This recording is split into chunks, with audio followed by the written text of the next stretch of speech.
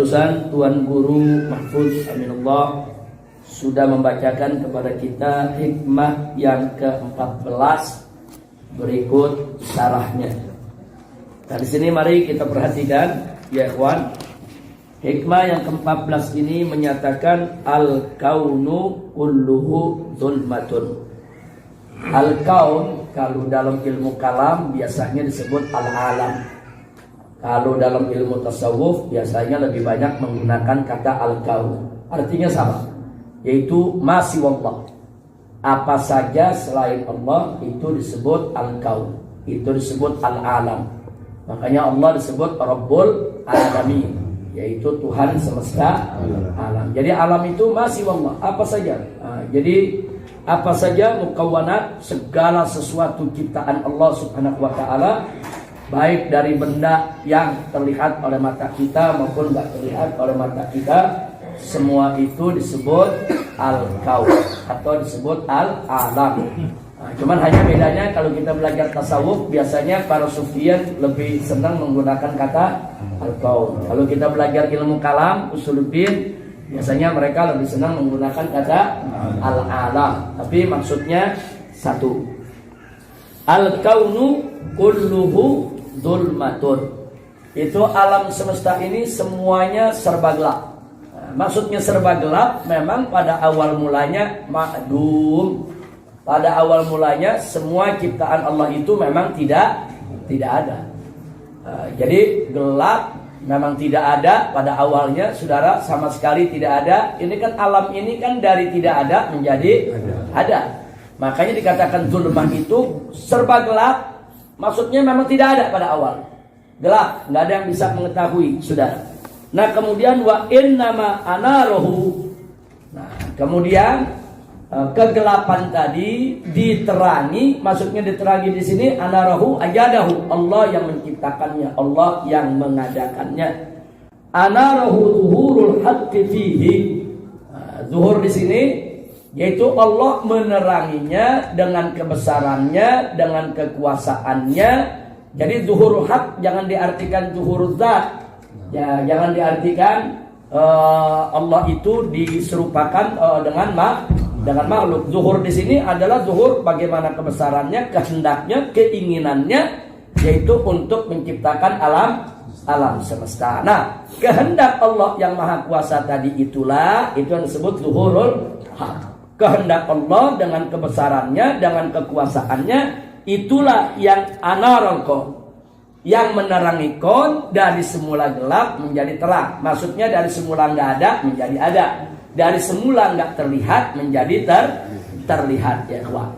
Jadi bagian pertama daripada hikmah ini menunjukkan kepada kita tentang kebesaran Allah, tentang kekuasaan Allah, dan tentang kehendak Allah Subhanahu wa ta'ala di dalam menciptakan alam semesta ini. Nah, kemudian yang menarik yang berikutnya, faman ra'al kauna, barang siapa yang melihat alam semesta, walam yashhadhu fihi, tapi tidak menyaksikan Allah di dalam, yaitu pandangan dan perhatiannya ke alam semesta. Jadi jangan diartikan melihat Allah yashhadu fihi seolah-olah zat Allah itu ada fil alam. Jangan salah tuh. Alam ciptaan Allah, Allahu Akbar, Allah Maha Besar. Allah Maha Besar, bukan alam lebih besar dari Allah. Kalau dikatakan Allah fil alam, berarti Allah lebih besar, alam lebih besar dari Allah. Makanya kita di sini nggak bicara zat, la makaniyah wala zamaniyah. Kita nggak bicara zat ya ikhwan. Kita bicara di sini ya ikhwan yang dimaksud walam yashhad au indah. Saudara, nah au indah di sini indahnya indah ma'iyah, artinya kalau tadi seharusnya kalau orang-orang yang sempurna akal pikirannya, pandangan pertama saja ke alam semesta dia udah tahu di sana ada Allah. Dia sudah tahu kalau di sana tuh ada mukawwin. Dia sudah tahu kalau di sana tuh ada pencipta. Dia sudah tahu kalau di sana alam semesta ini pasti ada yang punya. Nah, jadi ada yang mengenal Allah dengan pahamnya yang sempurna fi awwalir ru'yah. Nah, tapi ada juga saudara, dia baru mengenal Allah indahu. Nah, begitu udah melihat alam, tafakur, saudara, baru dia kenal Allah. Nah, Tapi ada juga orang-orang arifin yang sudah mengenal Allah, saudara, al-qabla, sebelumnya. Dia tanpa lihat alam semesta aja udah tahu dah bahwa di sana ada Allah yang maha kuasa. Jadi tanpa tafakur panjang-panjang, saudara, karena imannya yang kuat, hatinya yang jernih dan bersih, dia sudah punya keyakinan. Tapi ada juga au ba'dahu, ada juga yang ba'dar ru'ya. Sudah dia lihat ini alam semesta bertahun-tahun, dia masih nggak kenal juga sama Allah ya. Nah, jadi di sini ada macam-macam nih. Ada yang nggak mengenal Allah pada pandangan pertama, ada yang nggak mengenal Allah pada pandangan kedua, ada yang nggak mengenal Allah udah mandang berlama-lama ya, Pak. Maksudnya pandangan di sini memandang alam semesta. Dia udah pandang alam semesta pada pandangan pertama saja. Kalau orang yang zaki, orang yang pahamnya sempurna, pada pandangan pertama dengan alam semesta aja dia udah mesti tahu tuh bahwa di sana ada sang pencipta. Tapi ada juga orang mengenal Allah butuh waktu, perlu beberapa kali pandangan, tafakur baru dia kenal Allah. Ada lagi yang udah mandang begitu lama nggak kenal-kenal ya kawan. Nah ini yang sedang diceritakan ya kawan. Nah kalau ini yang terjadi, ada orang-orang yang nggak mendapatkan Allah dalam pandangannya terhadap alam semesta, baik di awal maupun di akhir, baik sebelumnya maupun sesudahnya, dia tetap nggak mendapatkan Allah ya kawan.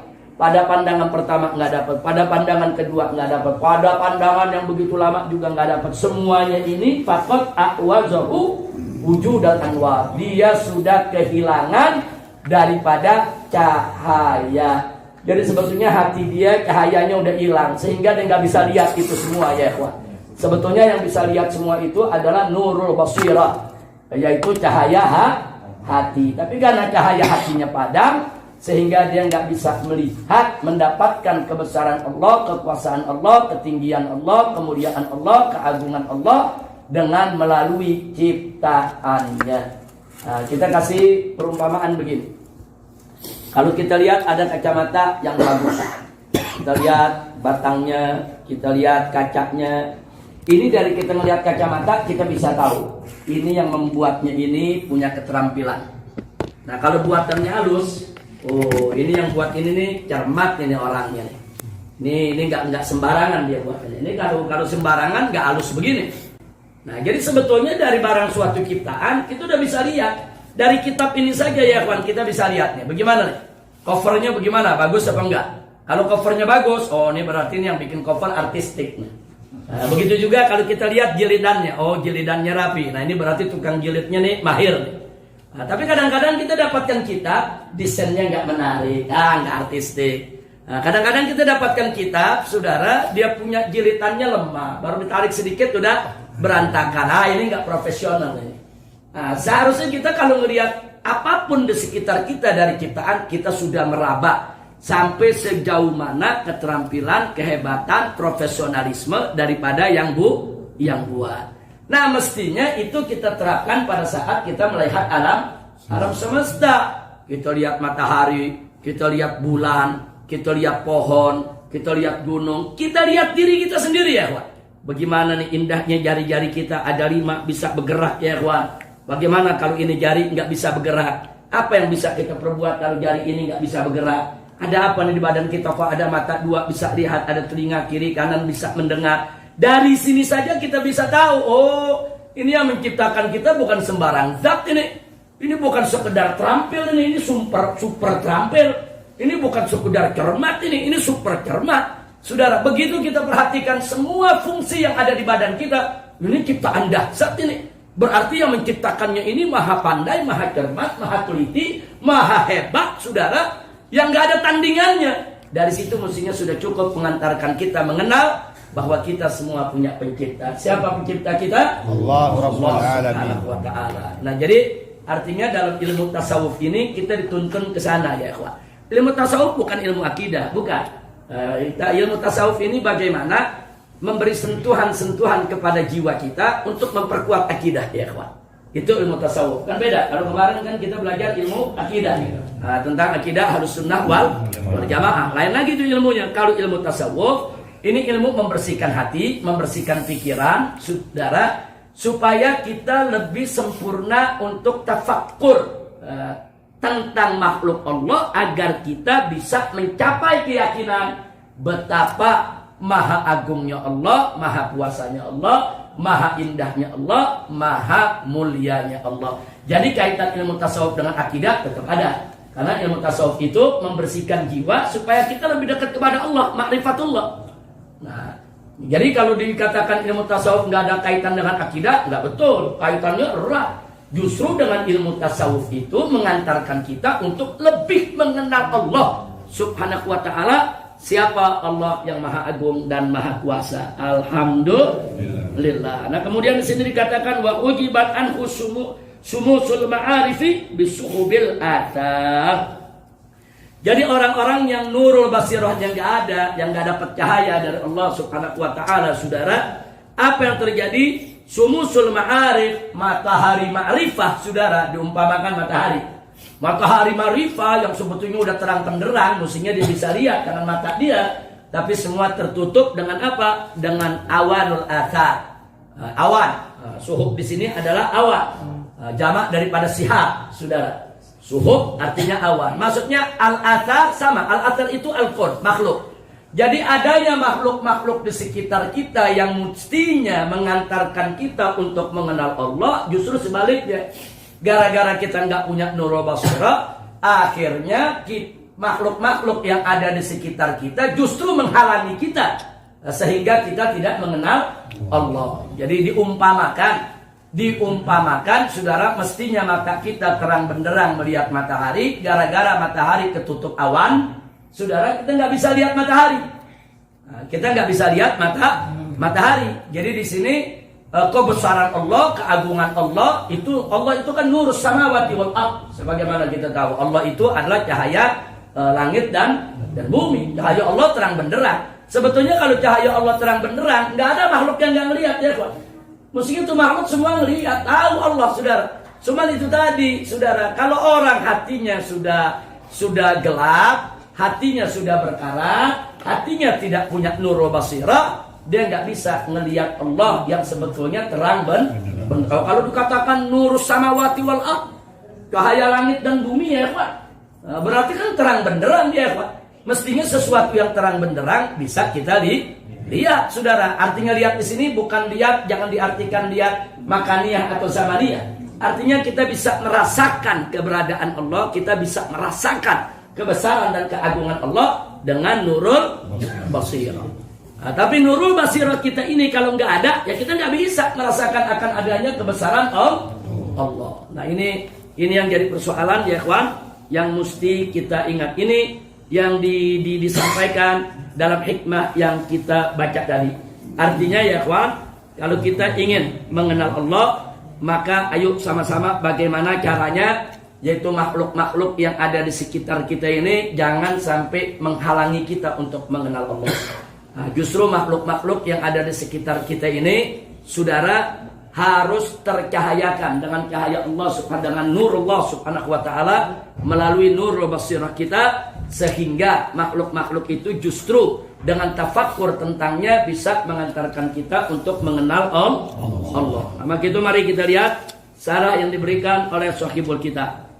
Jadi di sini dikatakan ay annal kauna bin nadhari ila dzatihi kulluhu zulma.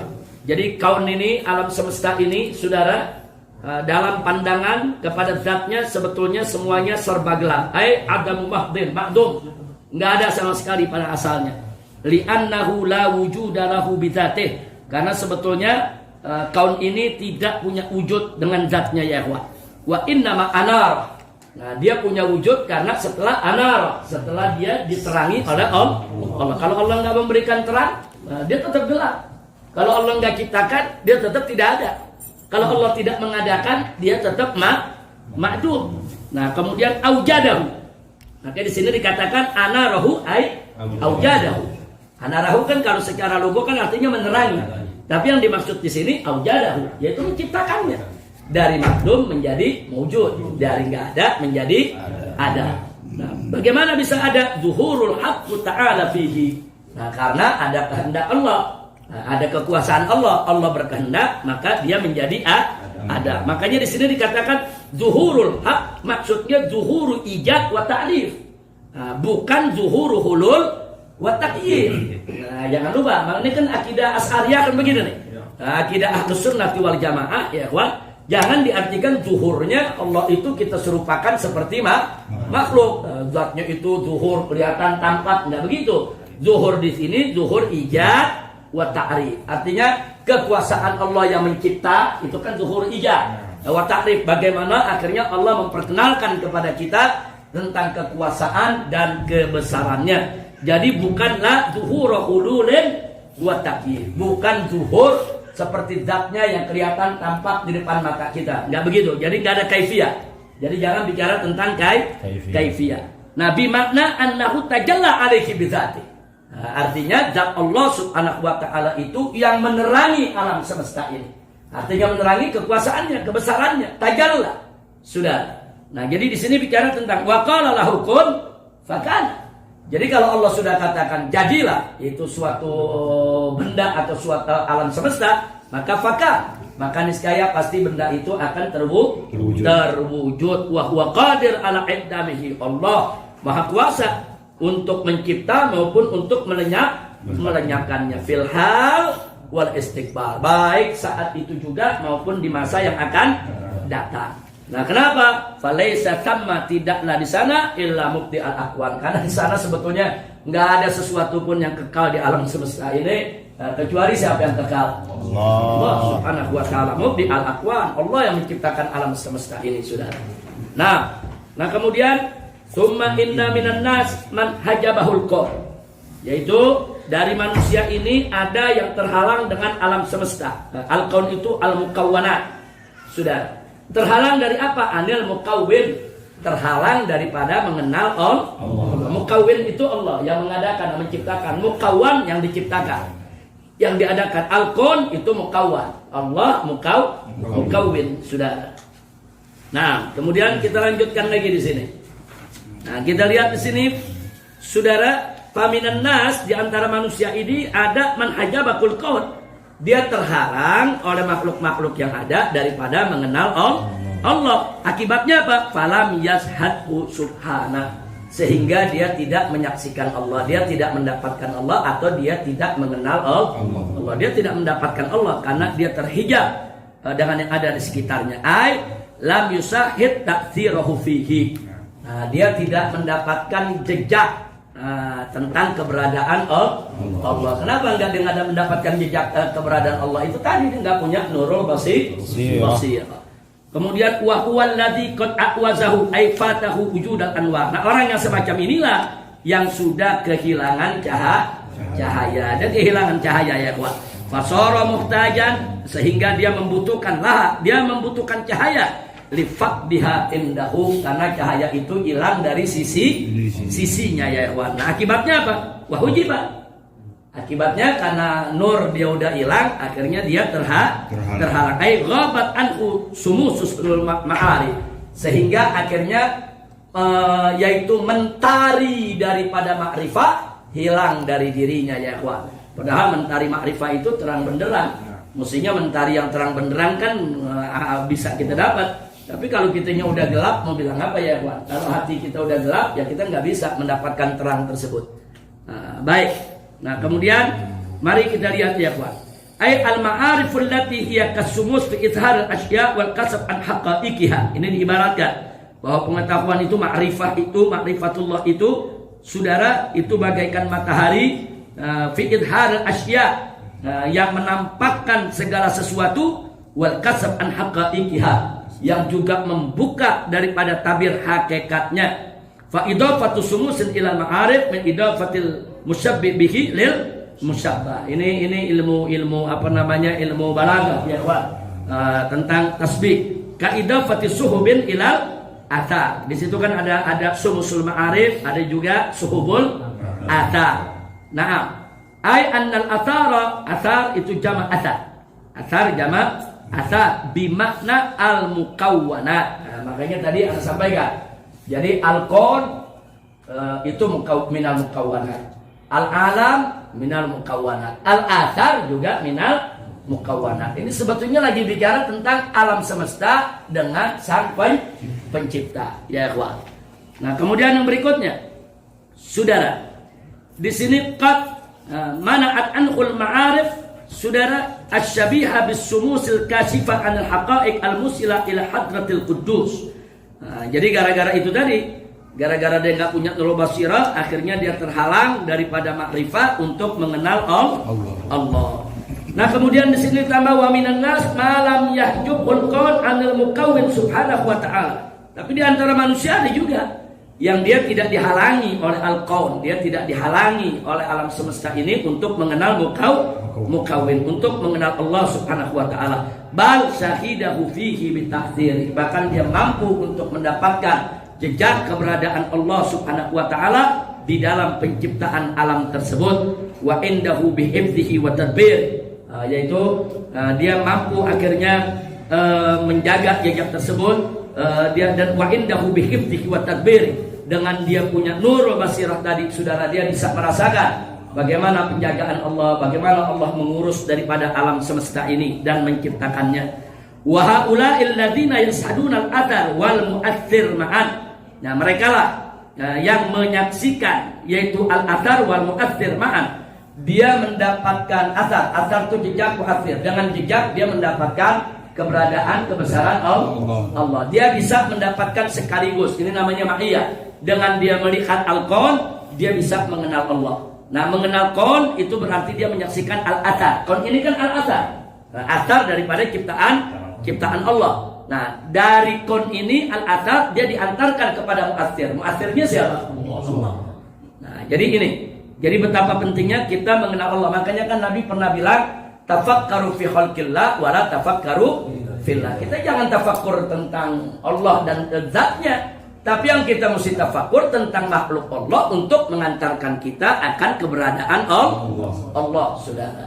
Nah, ada yang pernah mengatakan begini dari kalangan ateis, Allah nggak kelihatan.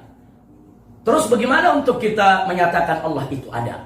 Ini kadang-kadang orang ateis ini pertanyaannya luar biasa ya, Pak. Sebetulnya sangat mudah sekali. Sesuatu yang tidak terlihat bukan berarti dia tidak ada. Kita kasih contoh. Ini listrik yang plus, kalau pegang kesetrum nggak? Kesetrum. Berarti ada aliran nggak? Alirannya kelihatan nggak? Aliran nggak kelihatan, tapi begitu kita pegang berasa ada aliran. Berasa. Nah, jadi kalau orang mengatakan ini di dalamnya ada aliran yang bergerak, nggak kelihatan. Aliran itu nggak kelihatan ya, Pak. Tapi begitu dipegang berasa, oh iya ada aliran. Nah, jadi artinya apa? Sesuatu yang nggak kelihatan mata bukan berarti dia tidak ada. Aliran listrik yang nggak kelihatan mata bukan berarti aliran itu tidak ada, saudara. Oh, banyak sekali di alam semesta ini bisa kita buktikan hal-hal yang nggak kelihatan mata tapi ternyata ada. Contohnya apa? Bakteri nggak bisa kelihatan mata kita ya, Pak. Kecil sekali. Tapi begitu kita bawa makanan yang kotor ke dalam laboratorium dengan menggunakan mikroskop, saudara, mikroskop maksudnya, baru kelihatan itu bakteri. Udah pakai mata nggak bisa, nggak kelihatan pakai mata, saking kecilnya. Subhanallah, Allah bisa menciptakan makhluk yang begitu kecil, begitu halus sampai mata kita nggak melihat ya. Subhanallah. Nah, artinya apa di sini? Sesuatu yang nggak kelihatan bukan berarti tidak ada. Itu baru kita cerita makhluk tuh. Aliran listrik kan makhluk, bakteri kan makhluk. Makhluk saja ada yang nggak kelihatan, tapi dia ada. Nah, lalu kenapa kita menentang Allah nggak kelihatan langsung kita bilang nggak ada? Makhluk aja ada, yang nggak kelihatan tapi ada. Ada nggak di makhluk? Terjadi. Nah, kalau di makhluk Allah saja ada yang nggak kelihatan mata, tapi wujudnya itu ternyata ada. Kenapa kita mesti bingung? Allah yang menciptakan alam semesta ini ada tanpa bisa dilihat oleh makhluknya. Jadi tidak terlihat bukan berarti tidak ada. Nah, maka itu untuk kita tahu keberadaan Allah. Bagaimana cara kita tahu wujud Allah? Perhatikan makhluknya. Nah, apa iya nih keadaan ini semua terjadi dengan sendirinya. Nah, Anda jadi teringat dialognya Imam Abu Hanifah. Nah, di zaman Imam Abu Hanifah, saudara, ada seorang mulhid. Nah, mulhid itu seorang yang ateis, saudara. Dia kemana-mana propaganda, dia bilang nggak ada itu Tuhan. Dia bilang ini alam semesta ini terjadi semua bisudfah. Nah, ini terjadi dengan sendirinya, secara kebetulan. Jadi nggak ada tuh penciptanya. Nah, ini kaum mulhid, saudara, punya keyakinan seperti itu. Kemudian dia tantang ulama-ulama. Dia tantang berdebat. Nah, ulama-ulama satu negeri berdebat sama orang ini, saudara, banyak yang kalah. Bukan si ulama nggak punya ilmu, bukan. Masalahnya ini orang ini pinter bersilat lidah, pinter debat. Emang ilmu debatnya luar biasa. Orang kalau berdebat kan modalnya bukan hanya punya ilmu. Banyak orang punya ilmu tinggi, tapi kan nggak mampu berdebat. Berdebat punya keahlian khusus ya, Pak. Jadi banyak ulama kalah berdebat sama dia. Akhirnya ulama-ulama khawatir. Ini kalau ulama-ulama kalah debat sama orang ini, nanti umat di bawah banyak yang ikut, terpengaruh. Akhirnya mereka rame-rame datang minta bantuan Abu Hanifah. Abu Hanifah terkenal dengan ahlur ra'yi. Memang Abu Hanifah terkenal jago logika, pintar debat ya ikhwan. Di samping itu juga ilmunya tinggi. Jadi minta bantuan Abu Hanifah bagaimana menghentikan orang ini. Nah, jadi ulama-ulama ini udah nggak bisa, udah nggak bisa berdebat sama dia nih. Guru-guru kita udah banyak kalah sama orang. Minta bantuan Abu Hanifah. Abu Hanifah terima. Jadi begitu orang tantang, siapa lagi yang mau untuk berdebat sama dia? Abu Hanifah setuju berdebat sama dia. Tapi Abu Hanifah kasih syarat, ditetepin tempatnya, ditetepin waktunya, dan harus disaksikan oleh masyarakat satu kota. Ya, Abu Hanifah minta undang itu semua. Setuju, ya Pak. Ulama-ulama kumpul, masyarakat dikumpulin, saudara, dibikinin panggung untuk mereka berdebat, ya Pak. Nah, kemudian ditetapkan waktu ba'da duha, ya kalau kayak kita zaman sekarang jam 9, saudara, ditetapkan, saudara. Orang ini datangnya dari pagi, orang ini yakin dia bisa mengalahkan Abu Hanifah. Ini orang percaya diri ya Pak. Luar biasa, datang lebih awal, duduk di tempatnya. Abu Hanifah jam 9 nggak datang. Jam 10 nggak datang. Sampai jam 11 nggak datang. Antem zuhur nggak datang ya kok. Tinggalnya ulama yang ada main lirik-lirikannya bagaimana Abu Hanifah? Ada apa nggak datang? Wah ini orang udah nunggu hampir 3 jam nggak datang saudara. Wah sesumbar. Mana katanya? Ulama kalian mau berdebat. Ayo. Nah karena Abu Hanifah nggak datang tuh dia takut ya. Nah, kenapa dia takut? Karena memang dia nggak punya dalil. Mulailah dia sesumbar dengan dia punya keyakinan. Angkanya kalian ini harus yakin gak ada itu Tuhan. Ini semuanya alam semesta terjadi secara kebetulan. Dia bicaralah, dia ceramah tentang keyakinan dia, tentang keyakinan ateisnya saudara. Begitu dia sedang ceramah, datang Abu Hanifah. Baru Abu Hanifah datang ya kawan, maju ke depan. Begitu maju ke depan, saudara, orang ini mengatakan kemana kau begini. Abu Hanifah minta maaf ya, saya minta maaf. Nggak bisa. Pokoknya debat nggak ada. Kalau kau belum sebutkan, kenapa kau terlambat? Mesti ada sebab. Kalau sebabnya nggak bisa diterima, nggak ada. Kau sudah kalah. Abu Hanifah bilang, baik. Aku mau sampaikan sebabnya. Apa sebabnya? Abu Hanifah kasih tahu semua yang hadir. Begini. Aku ini tinggal di seberang sungai, di luar kota. Tadi waktu aku jalan, begitu jalan ini, untuk menuju tempat ini jalan kaki ke sungai kan mesti nyebrang. Tapi begitu sampai dekat sungai katanya perahu nggak ada. Saya mau nyebrang bagaimana? Perahu nggak ada. Ini sungai cukup panjang. Tapi tiba-tiba di samping saya ada pohon besar terbelah sendiri. Setelah terbelah sendiri, tiba-tiba dia jadi perahu sendiri. Nah, begitu jadi perahu sendiri, kata Abu Hanifah, ya saya jadi dapat perahu. Nah, kemudian saya nyebrang, begitu. Nah, sampai di situ, dia orang ketawa. Melihat Abu Hanifah punya cerita. Sudah. Nah, jadi kata Abu Hanifah, pokok cerita Abu Hanifah ini panjang. Sampai di seberang, saya mau jalan kemari masih jauh. Begitu masih jauh, tiba-tiba ada keledai datang. Saya naik, saya kejar kemari, tiba-tiba di tengah jalan mati. Nah tiba-tiba begitu saya mau jalan lagi, kemana nih? Di padang pasir nggak ada kendaraan. Ada onta datang, maranin. Saya naik lagi. Semua Abu Hanifah ceritanya tiba-tiba kebetulan. Nah begitu Abu Hanifah cerita, apa kata dia? Ya Abu Hanifah, ente majnun. Mana ada orang percaya dia ketawa. Orang yang hadir semua ketawa ya Pak. Majnun. Pohon terbelah sendiri, jadi perahu sendiri. nyebrang sendiri, gila anda. Kata Abu Hanifah, oh begitu. Kalau anda bilang pohon terbelah sendiri, perahu jadi sendiri, gila. Gilaan mana yang ente yang bilang matahari terjadi sendiri, bulan terjadi sendiri, bumi terjadi sendiri, ini manusia semua terjadi sendiri. Oh kalau gitu gilaan ente. Udah selesai sampai sini debatnya. Kurang Abu Hanifah ya. Akhirnya orang-orang yang hadir nuding itu orang yang ateis, saya bilang, iya lu juga gila. Bubar itu debatnya, Masya Allah. Jadi kadang-kadang tuh ilmu debat ya kawan, perlu yang begitu-begitu. Enggak selalu berdebat pakai ayat Quran, debat pakai hadis Nabi. Ateis pakai ayat Quran, dia nggak terima. Pakai hadis Nabi, dia nggak terima ya kawan. Tapi begitu di akalnya diobok-obok sama Abu Hanifah. Jadi Abu Hanifah simpel, kau nggak percaya. Padahal cuma perahu, apa sih hebatnya perahu? Masa perahu tercipta sendiri kau nggak percaya? Nah, kalau perahu aja tercipta sendiri gak percaya, lalu bagaimana? Bumi tercipta sendiri, matahari tercipta sendiri, bulan tercipta sendiri, saudara. Kemudian ini manusia nih punya mata, hidung, apa semua tercipta sendiri. Kalau aneh gila, itu lebih gila dari aneh. Tuh baru saudara itu ulama-ulama semua yang hadir bersyukur, umat yang ada yang hadir di situ semua mengatakan tuh orang gila, nggak ada yang ngikutin lagi ajarannya.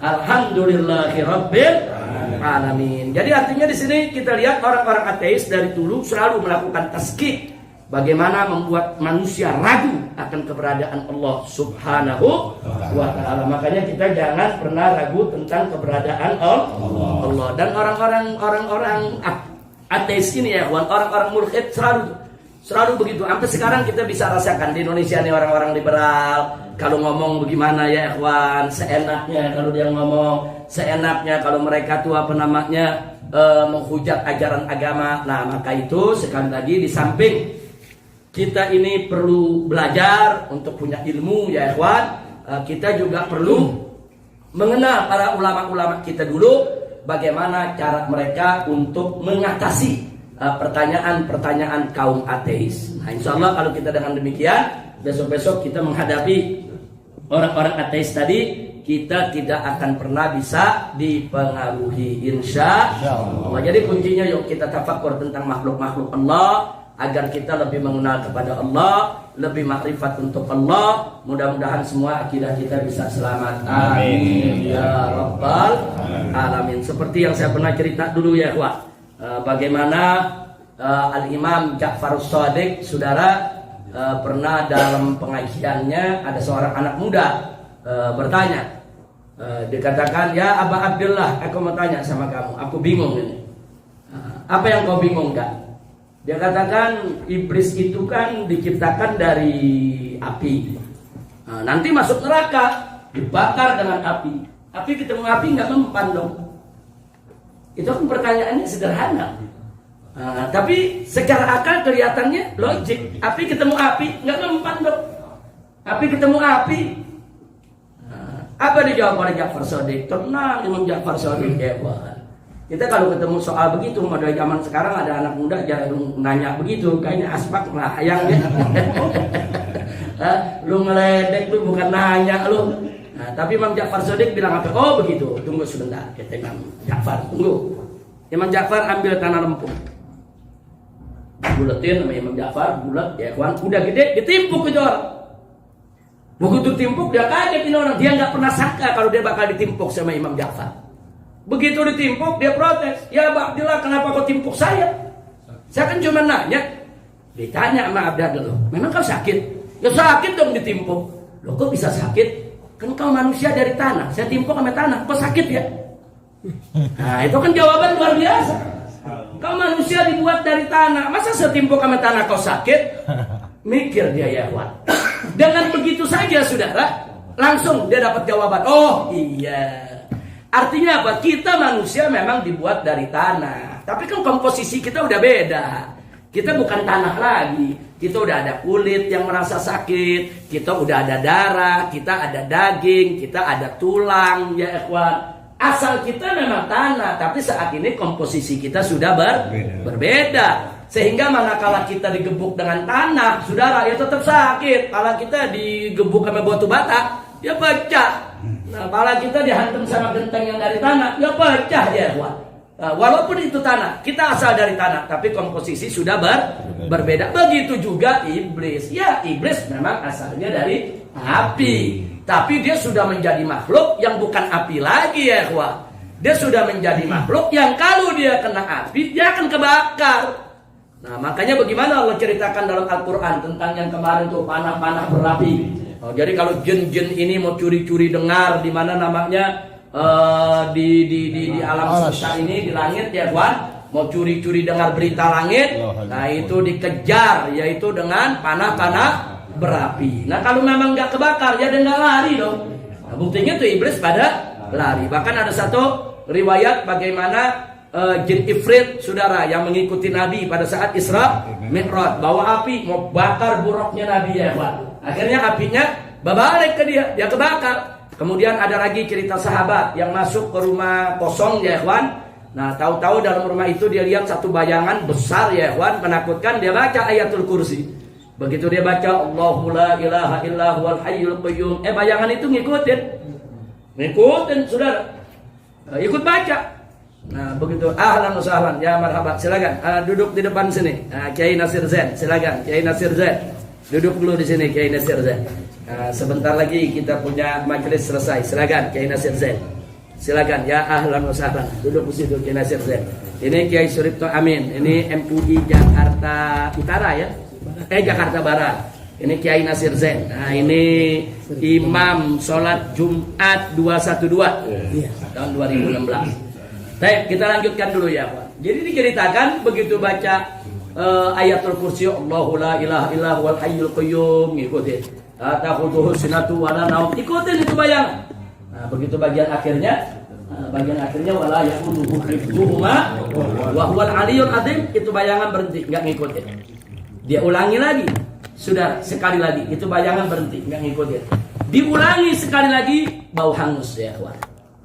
Nah, besok paginya sahabat ini cerita begitu pagi dia lihat ada bekas debu, saudara, bau sangit seperti ada makhluk yang kebakar. Nah, jadi dengan cerita-cerita ini nggak usah kaget, manusia diciptakan dari tanah, tapi kalau dilemparin batu dari tanah tetap sakit. Begitu juga iblis diciptakan dari tanah, dari api. Ya kalau besok disiksa dengan api tetap sakit. Dan jadi jangan terpengaruh dengan kalimat-kalimat ateis. Nah itulah bagaimana cara ulama kita menjawab alhamdulillah. Nah, atau saya sampaikan di sini ada satu pertanyaan menarik. Pernah disampaikan ke Kiai Haji almarhum Kiai Haji Muhammad Syafi'i Hadami. Nah, Muhammad Syafi'i Hadami pernah ditanya, anak muda. Nanyanya memang konyol. Nah, Pak Kiai, saya mau tanya nih Pak Kiai. Apa si anak muda nanya? Begini Pak Kiai. Kita kan kalau punya wudu buang angin batal. Iya batal. Saya bingung Pak Kiai. Nah, itu kan buang angin itu kan yang kentut dubur, kok yang dicuci muka. Nah, wudunya batal. Kalau dia mau sholat lagi kan dia mesti wudhu lagi. Nah, kalau dia wudhu lagi kan salah satu rukun wudhu apa? Basuh muka. Dia bingung karena kentut dubur, kok yang dibasuh muka. Ini pertanyaan konyol. Tapi pertanyaan macam ini walaupun konyol, saudara, mesti jeli Kiai untuk menjawabnya. Karena anak-anak muda kita kalau nggak dijawab, nanti dia nyari jawaban sendiri, bisa tersesat jalan. Apa jawaban Kiai? Kiai jawabnya santai ya, Wak. Kata Kiai almarhum Allah yarhamu, kata beliau kepada yang nanya, begini, ana mau nanya juga ke ente. Ente kalau kentut yang malu pantat ente, pemuka ente. Anak muda jawab, ya yang malu muka, mangkenya muka lu yang dicuci. Luar biasa ya, kelihatannya bercanda, tapi tuh anak muda, oh iya ya, benar juga. Subhanallah. Jadi kadang-kadang pertanyaan-pertanyaan begitu tuh saudara. Ini anak-anak muda kita tuh sekarang Kristus, nanyanya juga aneh-aneh ya. Nanyanya aneh-aneh. Tapi kalau kita belajar kepada ulama-ulama kita, kiai-kiai kita seperti Kiai Muhammad Syafi'i Hadami, alim kabir, saudara, itu ulamanya masyarakat Betawi. Saudara luar biasa, Allah yarhamu. Nah, jadi beliau banyak pertanyaan-pertanyaan begitu, tapi jawabnya santai, tapi mengena. Itu namanya al-jawabul muskil. Jawaban yang membuat orang menjadi diam ya, Alhamdulillahirabbil